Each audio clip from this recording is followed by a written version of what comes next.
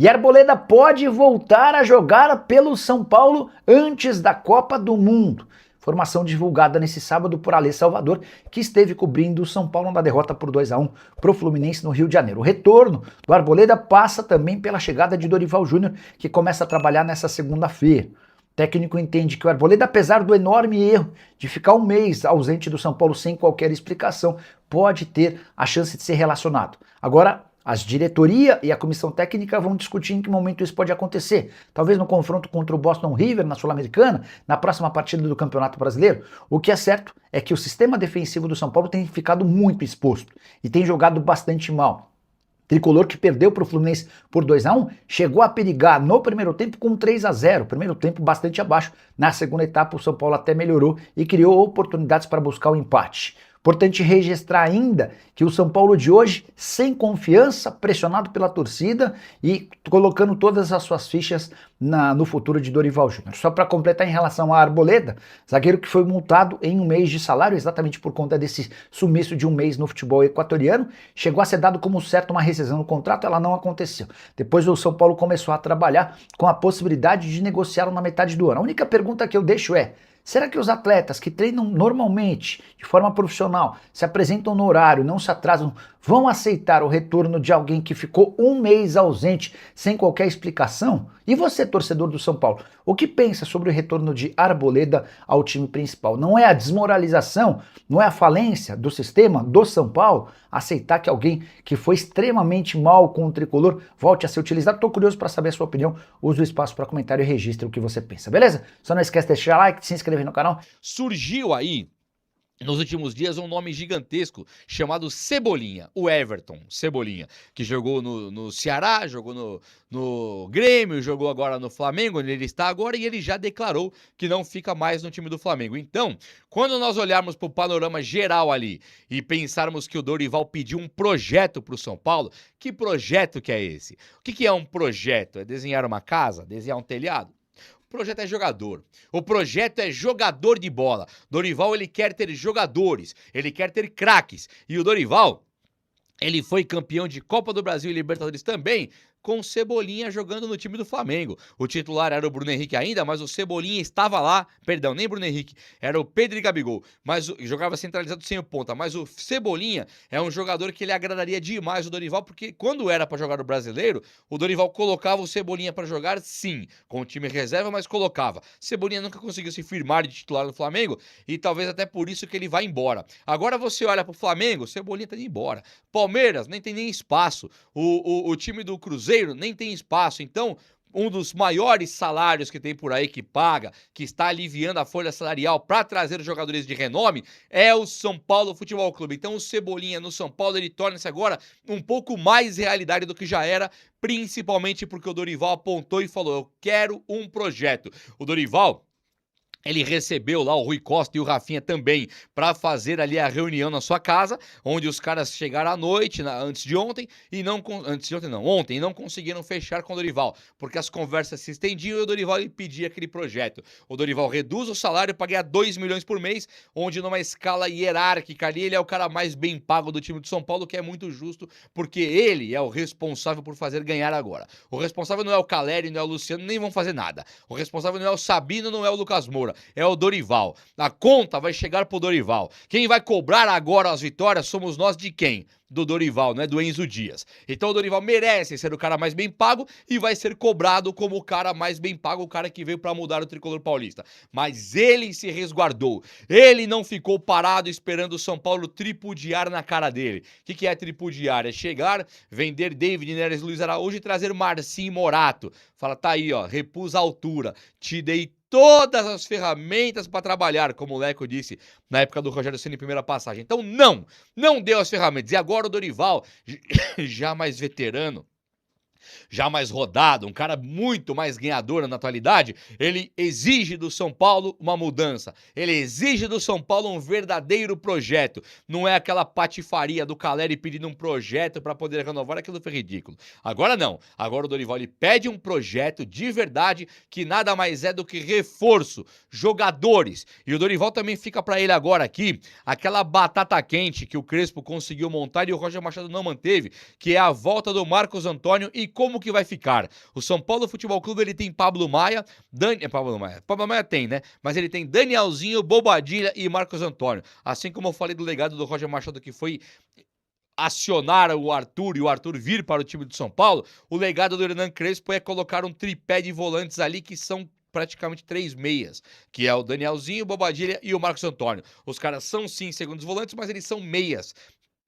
O Marcos Antônio mais criativo, Danielzinho mais driblador e velocista e o Bobadilha que tem o maior poder de finalização. Então o Roger Machado, que foi embora não conseguindo utilizar esses 3 caras, chega o Dorival agora para recuperar o meio-campo de São Paulo que se perdeu. Abriu pontas, mas não tinha condição de fechar o meio-campo, porque ao passo que o Roger queria abrir pontas, ele tinha obrigatoriedade aparente de colocar o Luciano e Caleri. Agora o Dorival, que já teve a coragem de tirar o Luciano do time para ser campeão um dia, agora o Dorival volta mais cascudo, volta com mais bagagem e agora chegou o momento de fechar esse meio-campo. Luciano talvez rode, talvez até mesmo Caleri, e dá para colocar Caleri ou Luciano. O que não pode é colocar os dois, mas o Dorival, com tamanha sagacidade e destreza, o intelecto para montar um time de futebol, um cara que conhece muito, conhece o exato caminho do título, ele sim está capacitado e vai fazer a reformulação que nós precisamos, desejamos e chegou o momento. É ou não é?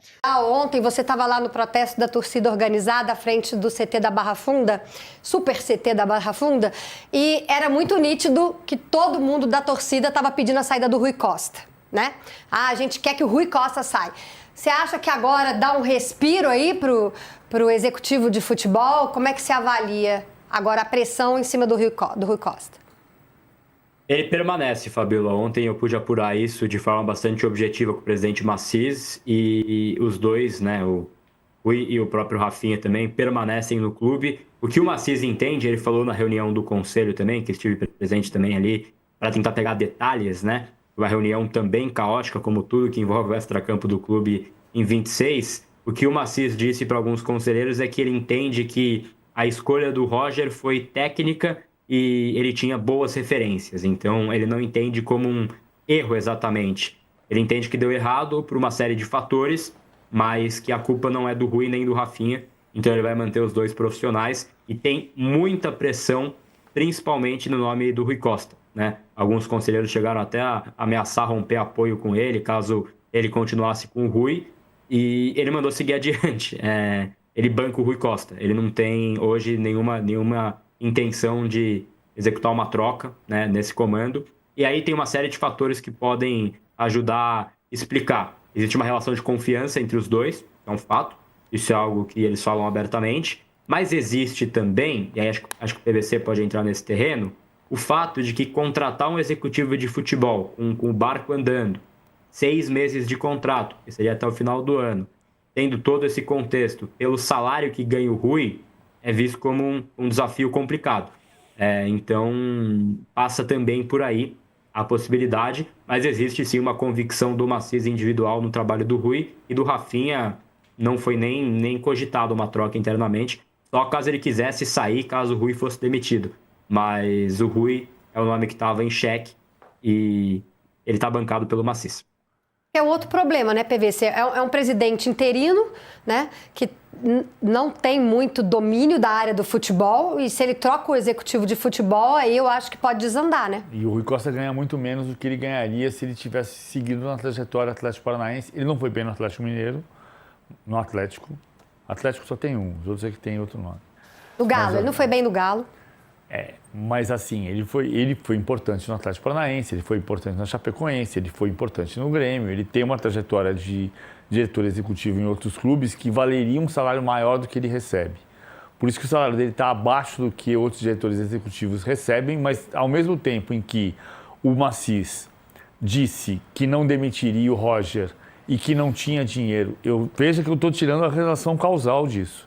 Eu não acho que o Maciz disse: eu não vou demitir o Roger porque não tem dinheiro. Na minha audição, não foi isso que ele disse. Ele disse: eu não vou demitir o Roger e não tem dinheiro para ficar pagando multa de rescisão. Sim. Não foi por quê. Não é tipo, o Roger é uma porcaria mesmo, mas eu não vou demitir porque eu não tenho dinheiro. Não foi isso que ele disse. Mas isso aqui é a parte. Ele não vai demitir o Rui Costa porque ele confia no Rui Costa, porque ele precisa dessa confiança no Rui Costa, porque ele chega num departamento que ele não conhece. Ele gosta muito de futebol e não entende nada. Nunca trabalhou com isso. Quando ele chegou no São Paulo, ele precisava olhar para o lado e falar assim, quem é que pode resolver este problema para mim? Ah, tem o Rui Costa aqui.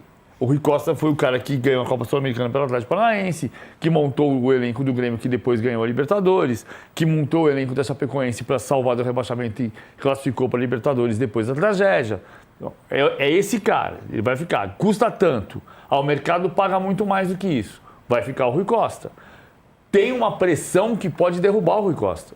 Essa pressão continua. Ela basta dizer o que o Sá estava na porta do CT ontem. Sim. Né? Quem não estava no CT ontem era o Rui Costa, que estava em Florianópolis tentando contratar o Dorival. E se não tivesse contratado o Dorival, a pressão ia ser muito maior. Porque, além de tudo, é o executivo que não consegue contratar o técnico. Mas não foi isso que aconteceu. E uma dupla pressão, na verdade, né? Porque você tem a pressão, como o Gabriel e o Valentim já trouxeram, por um diretor estatutário. Então, por parte, uma pressão ali de parte de conselheiros para ter este cargo nas mãos. E, do outro lado, a pressão da própria torcida. Com a demissão do Roger, evidentemente, o foco cai todo em cima do Rui Costa. Exatamente. Sim. Então ele vira o foco único da torcida. Havia uma certa, pelo menos, divisão ali. É um pouquinho contra o Rui, é um pouquinho contra o Roger. Agora o Rui, ele é o foco. E aí ele apanha, entre aspas, do lado administrativo do clube, de conselheiros e também por parte da torcida. Só que o outro ponto não é fácil, assim como não é fácil hoje para um grande clube do futebol brasileiro encontrar um técnico quando fica sem, no caso do São Paulo, deu sorte que o Dorival estava disponível no mercado e ser o Dorival alguém que conhece bem esse elenco do São Paulo. Querendo vir, né? Então, teve ali a oportunidade para que isso acontecesse. Não é fácil encontrar um técnico, mas também não é fácil hoje em dia encontrar um executivo de futebol. Nada simples para nenhum clube. Verdade. Fala pessoal, estamos aí com atualizações importantes do São Paulo. Se inscreva e ative o sininho para receber mais atualizações do Tricolor. Deixe seu like, que é muito importante para o crescimento do canal.